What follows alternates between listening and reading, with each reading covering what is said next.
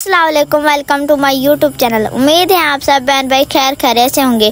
तो मेरे प्यारे बहन भाई, आज मैं आप लोगों को इसी वीडियो में सुबह की रूटीन बताना चाहती हूँ। मैं सुबह सुबह उठ के आटा बनाती हूँ और मैं अपनी स्कूल के लिए रोटी बनाती हूँ, क्योंकि हमें स्कूल से देर से छुट्टी मिलती है। हमें घर से खाना लेके जाना पड़ता है और मुझे आटा बनाने का बहुत शौक है। मुझे घर वाले बहुत मना करते हैं, मैं जिद करके आटा बनाती हूँ, क्योंकि मुझे अपने पैरों पे खुद खड़ा होना है। मुझे अपने माँ बाप का सहारा भी बनना है। और अम्मी जान सुबह सुबह उठ के अपने काम पे लग जाते हैं। भैंस को चारा डालती है, आटा डालती है और उसके बाद भैंस का दूध निकालती है। और हमारी भैंस बहुत जिद्दी है, चारा खाती है, आटा खाती है और उसके बाद दूध देती है। मेरा एक छोटा सा भाई है, बहुत ही प्यारा है, ये ज़हनी मरीज है। मेरी आप सबसे रिक्वेस्ट है, मेरे भाई के लिए बहुत बहुत दुआ किया करें। ये अपने काम से काम रखता है, अम्मी से बहुत ही प्यार करता है। अम्मी जब भैंस का दूध निकालती है तो जाके साथ बैठ जाता है। जब अम्मी भैंस से दूध निकाल लेती है तो दूध आके चूल्हे पे रख देती है।